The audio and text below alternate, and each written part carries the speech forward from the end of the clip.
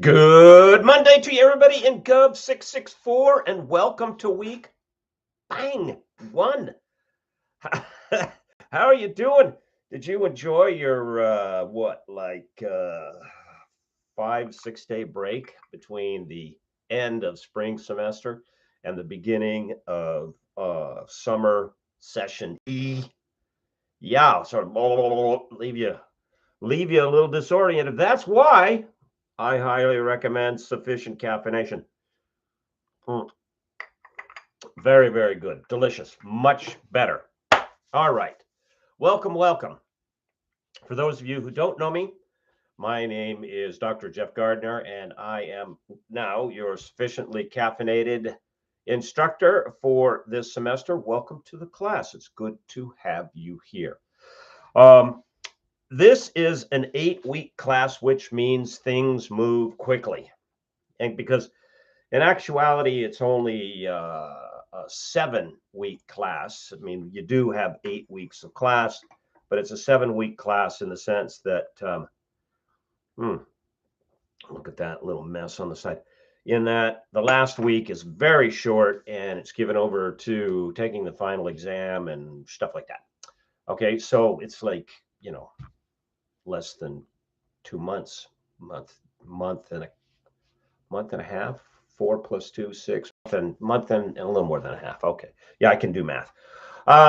So it is imperative that you keep up on the readings, the assignments, because if you get behind in an 8-week course, excuse me, very, very hard to catch up. Okay, so for those of you that don't know me, and I recognize a number of your names from last semester, welcome to you. My name is Dr. Jeff Gardner. I am a member of the faculty at Regent in the School of Communication and in the School of Government.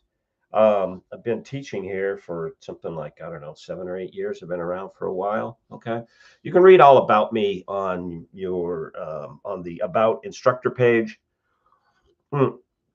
But just in brief, suffice to say, over the years, I have worked in humanitarian media all over the globe, which entailed a lot of working with governments and with media and with people. It's sort of this triangulation, this trifecta. And that's what we're going to be focused on this semester, is the relationship between governments, people, and media, and how the three interact and influence each other. We're living in a tremendously interesting time for this relationship, one in which it's sometimes hard to suss out who's driving who. What as the expression goes, who's the dog and who's the tail and who is wagging whom? Okay, so we're going to talk about that and explore that as we move through the semester. I have for you, if you go to Canvas, I've got this week's module and discussion questions up already. So, first week, because it's a 8-week course, you got to go bam, you start right out of the gate. Okay. So, first things first, read the syllabus. In fact, I strongly advise that you print the syllabus out so you have a copy. You can hold it in your hand. You can go through it and go, oh, okay, I understand. These are the policies. These are the procedures. This is the deadline for such and what. And you have that handy right there. All right. A couple of high points. We're going to go over those from the syllabus. Okay. For this week, all right, your tasks will be the following. Number one, you must get into Canvas. I mean, if you're watching this, presumably, well, maybe not, because I'm going to send this out through an announcement. So maybe just link to YouTube. But you must get into Canvas and you must take the week 1 syllabus quiz. Not really a syllabus quiz, but it's a participation quiz. The reason for this quiz, now look, it says it's worth 100 points. All right. Spoiler alert, I'm not going to give you 100 points for this quiz. We'll factor that out when we do the final grades. You might be saying, "Oh, that's not very sporting of you, Dr. Gardner. What up?" The purpose of the quiz is it is like a very long CAPTCHA. It is an exercise in I am not a robot.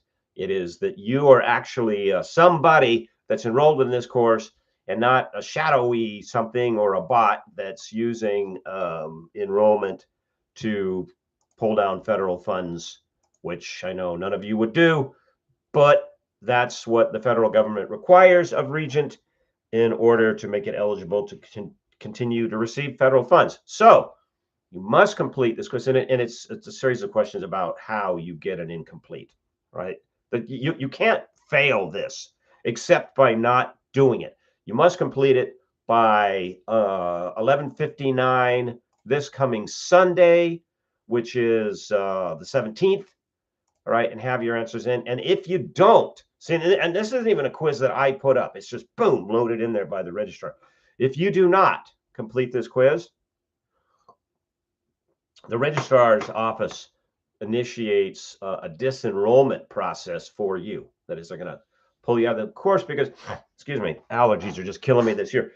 They're just going to assume, well, hey, this is probably not a real person. So they got to go. You don't want that. Okay. So first things first, get in there, take the syllabus quiz. Jump into the introduce yourself bit. Okay. And say, howdy. All right. You'll find that in the discussion sections. All right. And I see, in fact, only one of you has done that. So come on, folks. Let's step forward. Okay. But anyway, for this week, after you print the syllabus out, after you take the quiz and you get that done, then you need to just, boom, get on top of the readings. All right. So for this course, we are going to use 2 books and 2 only. And and you can find them on Amazon. Okay. Unless you've got, money as part of your financial aid, a number of you in the military. Okay. But I like these books because thematically they're relevant, okay, to what we're doing, and they've been out for a little bit, so they're cheap. Okay, and because the what goes on in the textbook industry is a racket. All right, so the first one is by Doris Grab, and so you can pronounce it Graber or Grabier. It's French. Okay, it's this one right here. Media, Power in Politics. The 6th edition is the one that we're going to use. Okay, right there. So make sure that you find that. And then the other one, okay, also by Doris Grabier and Johanna Dunway, is Mass Media and American Politics. Both of these books are engaging. They're well written. They have principled discussions that are relevant to all sorts of stuff that's going on today. I think you're going to enjoy them. Now, because it's an 8-week course, yeah, although there are only 2 books, there is a fair amount of reading. All right. So you'll notice, for instance, for this week, week numero uno, you're being asked to read. Oh, and by the way, you'll see them in the syllabus. I should mention this. Excuse me. You'll see them in the syllabus abbreviated as follows. Okay. Media, Mass Media and American Politics. This one will abbreviate this as MAP, MMAP. And then Media, Power in Politics, we're going to abbreviate this one as PIP. Okay, why? Just because we can. But anyway, back to week 1. You'll notice that for week 1, you will be reading 6 chapters in PIP, and part 1 in MAP is 4 chapters. That's 10 chapters. Now, look, your communication people, your master's and PhD people, your information machines. That's your job. I'm trying to encourage you, not lecture you. So let me change my tone. Okay. If you don't have a good grab of the skill sets that is applied to gobbling down large quantities of information, no better time than the present. So let me give you a quick tutorial, all right, about how it is that you digest big quantities of information and then synthesize them. Like, okay, this is what's going on. Because for each of these sections, you're going to have questions that I'm asking you to answer and then discuss, pontificate on. All right. So here's what you do when you're, and this is what I do. By the way, for those of you who don't know me, I will never, ever, ever suggest that you do something or require you to do something that that isn't good for you in your professional development, and B, that I wouldn't do myself, that I don't do myself. All right. So when you're reading texts that are informative in the sense that they're discussing, it's something that you're learning. It's something that is discussing large ideas. Whether it's for a class or for, say, your understanding of a process. You really need not read every single word. In fact, I strongly discourage it. Okay. Just quickly read enough within a paragraph until you get a sense of what's going on. And then skim, maybe just sort of quickly glance at the next sentences. A well-constructed book, a well-constructed written piece has paragraph by paragraph. Let me just pull up one here. So like here. Each paragraph, get my finger on the side here. Okay, or this side will do. Each paragraph develops one idea. It's trying to make a point. And when you get what that point is, move on. Jump down to the next paragraph. If it helps, underline the point for you to go back and review. All right. Don't read every word. I guess I can say this. I'm a professional reader. That is, I get paid to read stuff. I don't read every word. All right.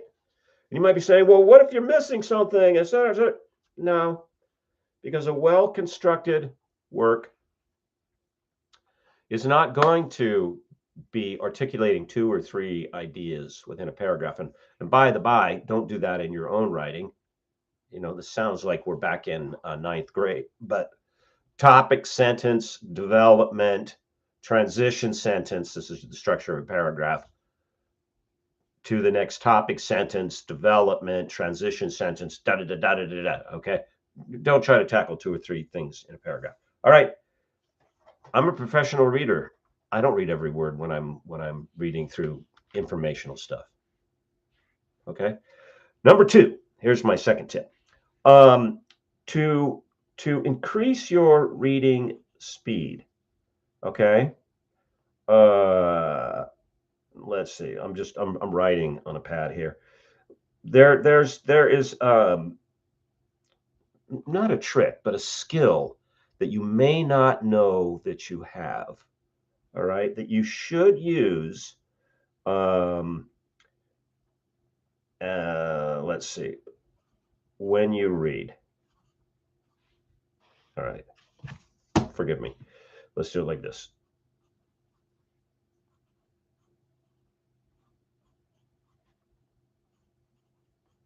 Okay, this will work. Throw that away. All right. So when you look at a sentence, when you look at anything, really, you have a tremendous amount of peripheral vision. That is, and you can test this. If you start by holding your fingers out in front of your face, all right. I mean, actually, if you hold them out, your optimal focal length is at about 3 feet, which happens to be the length, the average length of your arm. All right. So, but you can hold them out here or just hold them here. All right, and then look at your fingers and keep looking straight ahead, and then move your fingers out to the side to the point that they disappear. But you can't see them. All right, for me, it's about right there. All right, that's the scope of your peripheral vision. That's pretty good. All right, if you didn't have well-developed peripheral vision, they would never let you near an automobile, and you shouldn't be driving anyways, because you have to be able to be attentive to more than just right in front of you. Okay, so you have this skill. Put it to good use for your own benefit. And here's how. When you look at a sentence, all right, so here's sentence numero uno from Media Power in Politics. How powerful are the news media? By the way, note that news media is plural. How powerful are the news media? Okay. Question. On a scale of 0 to 100, et cetera, et cetera. When you look at a sentence, don't move your eyes from word to word to word to word. This is how we're taught to read, but it's terribly inefficient.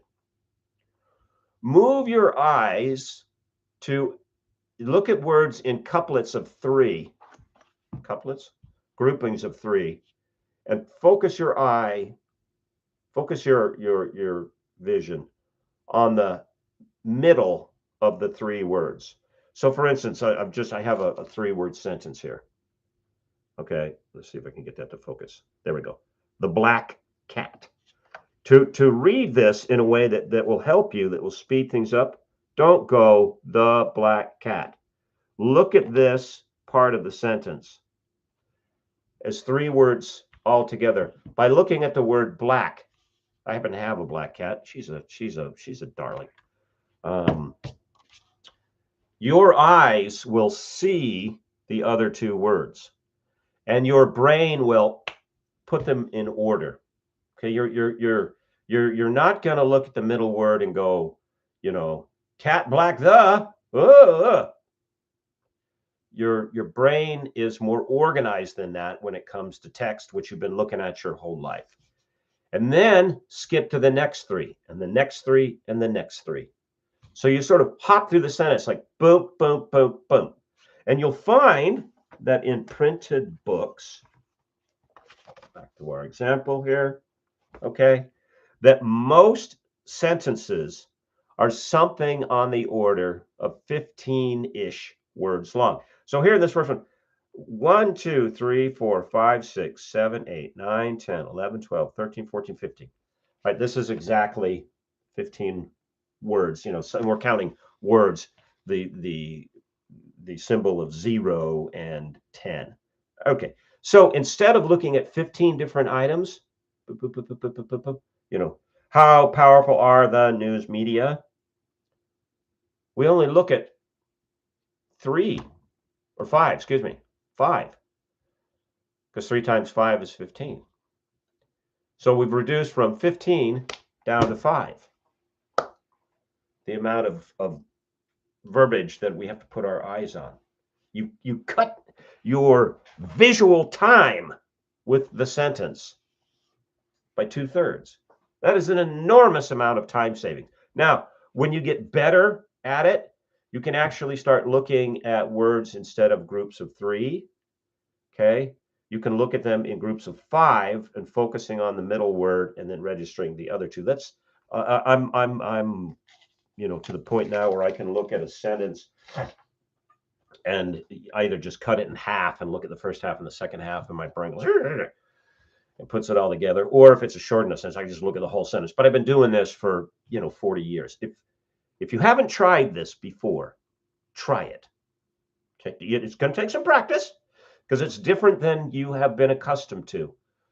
But practice, you can start by taking something in print and maybe double space. Take anything that you like to read, print it out. Maybe do people still have printers? I do. And then take a little magic marker and put a dot above the middle of the 3-word groupings, and then go along following the dots with your eyes. So you train yourself to look at that arrangement, to look at those three words and the middle one. Try that. All right. It will speed up how you have to digest this information. Now, I will tell you that when it comes to reading, when I'm reading stuff like this, that's what I do.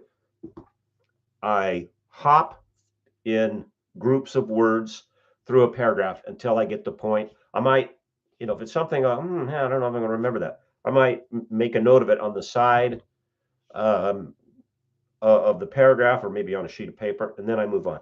When I'm reading for the sake of enjoyment, or really reading for the sake of appreciation of language, then yes, I'm reading every word. So if I'm reading poetry, like T.S. Eliot, not only will I read every word, but I'll actually go back and ruminate, think, okay, why that word right there? Or Truman Capote, another great American author. Or, man, I'll tell you, an excellent author for our age, Ernest Hemingway. Why? Because, dude, could this guy say an enormous amount with tremendous word economy? Short sentences, but the pictures that he could draw in your head with these short clipped sentences, masterful. If you want to develop a sense of how to say more by writing less, study this guy. Okay, so when I'm reading to enjoy the language, and you should come to an appreciation of the use of language. You're communicators. That's what you do. All right. Yeah, then I read every word. Then I slow down. Right. But for class, who cares?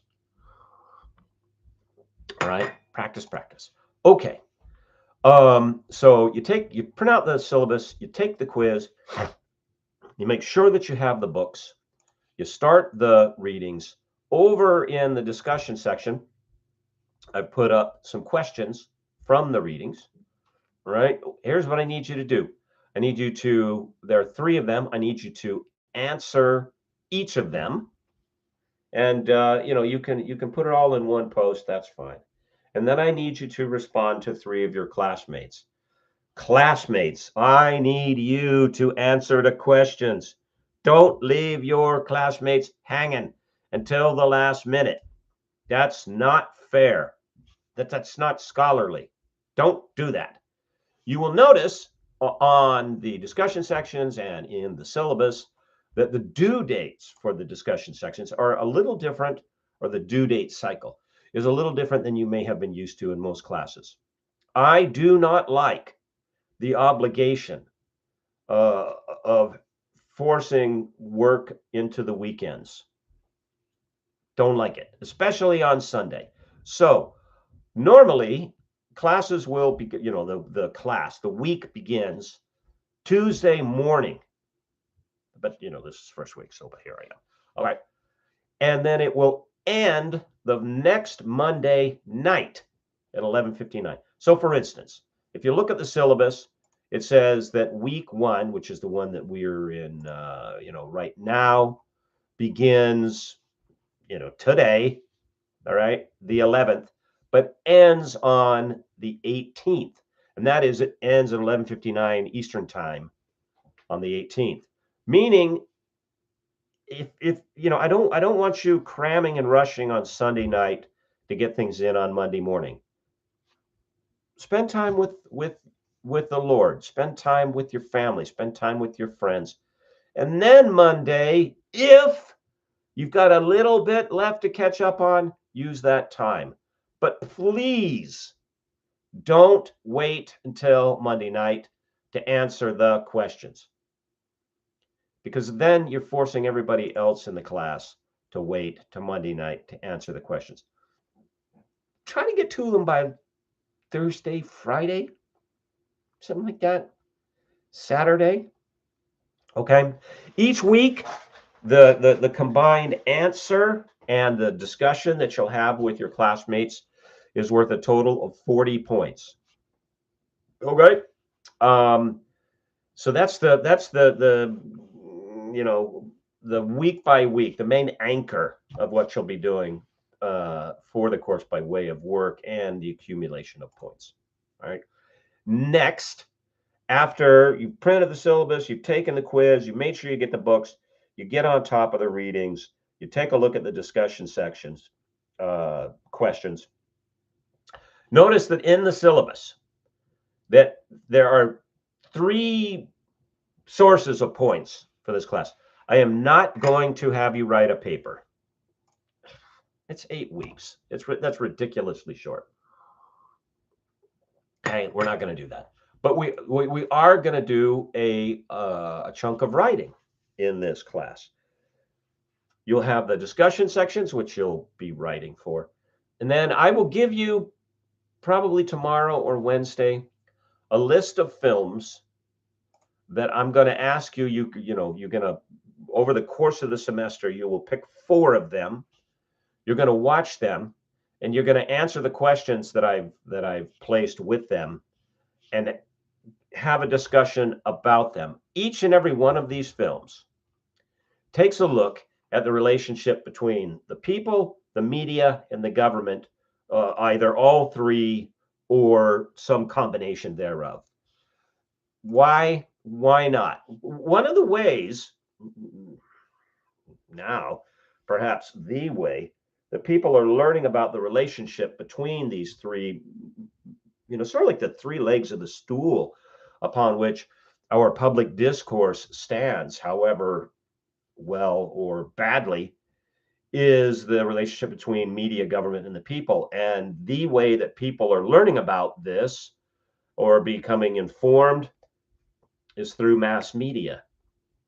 That may or may not be the best thing, but that's the way it is. So a couple of years ago when I was designing this course, I thought, okay, yeah, that's the reality. Why don't we use mass media as a means by which to analyze what sort of things are being said, what sort of relationships are being suggested or revealed or hidden, what are people taking away? And you can get at that by watching films. Now, when I say watching films, what do I mean? I'm talking about things that were seen in theaters or released on Netflix or on Amazon. Some of these films are floating around out there. You can find them for free. Some of them you may have to rent. So there's a teeny weeny additional charge that goes into this class. And these are old enough that if you pull them up on Amazon, you can't really rent things on Netflix, can you? Okay. That it'll be like $3 or something like that. Okay. And so I'll give you a choice, like a dozen films that you can pick from, and you're going to pick 4 over the course of the semester. You're going to watch them. You're going to do a write-up and answer some questions. We're going to have a discussion about how it is that the relationship between people, government, and media, or some combination thereof, is being portrayed. Is it accurate? What kind of questions does it raise? How do we answer those? How does the film answer those? Should certain things be allowed to be seen and discussed, or should there be things that for the public good are hidden? These are all pertinent, vivifying, as they bring a liveliness to who we are as a society, and accurate, because it's through media that people are having these discussions. There's no more Lincoln Douglas debates. All right. That's the second means by which you will accumulate points. And then finally, there is a final exam. For those of you who had me, you've heard this before, I beg your patience. The point of the exam is not to give you something that sort of hangs over your head, like, no exam, but to encourage you in the skill of taking in large bits of information, storing it, and then being able to recall it on demand. And if you're one of those folks that says, I'm just not good at that, you need to get better. Right? We, all of us, We're competing against the machines. We're competing against the machines. And the less we're able to do things that are human, like store information, synthesize it, and say, this is what it means, the more replaceable we are. Right? And synthesize it and present it, especially in a way that's compelling, like who wants to listen? The first step to that skill set is being able to retain the information. We have started down a spiral of skills atrophy through an overdependence on just looking it up. The point of the exam is to push your mental muscles a little bit. Yeah, there might be a strain. Yeah, there might be some fatigue. Yeah, there might be some anxiety. For those of you who've had me, you'll know one of the things that I want you to figure out in this, one of the things that I don't want you to figure out, excuse me, in this course, is what it is I want you to figure out. I will tell you. These are going to be the things that you're expected to know. So for the final exam, all questions will be drawn from the discussion sections. If you read the texts, if you answer the questions and engage in the discussion, you will do just fine on the final exam. All right. Okay. So lastly, in the module section of Canvas, you're going to find a whole slew of stuff under course information. This is new. Some of you may not have seen this before. And there are like 1, 2, 3, 4 listings for academic policies and procedures. You ought to read those. In particular, because there's some new and updated stuff. Okay. In particular, policies that pertain to plagiarism and penalties prescribed thereof are of interest to you. Notably, the use of AI, large language models, LLMs, to write things for you, like, I don't know, movie reviews. Let's just leave it, let's put it simply. Don't do it. It's against Regents' policies. Look, folks, I read and write for a living. And I'm not saying this in a braggadocious way. I'm trying to, I am here to help you, right? Look behind me. This is a very, very small fraction of the books that are in my home. And yes, I have read them all. I love to read. What has that given me over the years? Besides sometimes a stiff neck or maybe even a hump, I don't know. You know, I'm always bent over like this. It's given me a depth and breadth of knowledge about things. And most importantly, like someone who spent their life listening to and playing musical instruments, it's given me an ear, so to speak. I can sniff out AI slop in a nanosecond. Don't use it, right? I will give you a 0. Not because I'm trying to punish you, but because I'm trying to encourage you. Using a large language model AI to write your work, right, turns your computer into a ventriloquist, and it turns you into the ventriloquist dummy. And it continues the downward spiral of skills atrophy. That is, your communicators learn your craft. And for some of you, you're going to come out of this with doctor. You know, saying, well, not PhD. The public doesn't make that distinction. This is Doctorate of Strategic Communication after your name, DSC. We are by design focused on symbols of authority. People are going to see those letters and assume you're the authority. As a professional, and especially as a Christian professional, you have an obligation to be the authority. Now, no, you're not going to know everything. I don't know everything. There's still things that I'm learning, and that it includes both facts and processes. That's what keeps me interested in the work that I do. So that's not what I mean by the expert. What I mean by the expert is that you are going to be someone who has these, in an ongoing way, highly developed and developing skills. And your core skill is that of communication, not of AI manipulation. I don't care what you can type into Claude or Chat GPT. All right. You can teach a pigeon to do that. No, take the time to do your own work. Take the time to get the feedback from me about your performance as a writer. Toughen up. Look, I'm a professional writer. I get paid to do it. I get rejection all the time. I mean, including, there are some outlets that I submit work to publish to. They don't even give me a response. So it goes. So it goes. And I'm not going to slam you in what you write. I'm here to help you. Okay? Don't use AI. It's against the rules. It's against your own self-interest. All right? So, I try to keep these things around half an hour, which is long for a video, I know. All right? We've gone a little bit over today, so I beg your patience. Okay? So, welcome to the class. I'm glad that you're here. Week 1, you got to get your hands on the syllabus. You got to get that quiz behind you.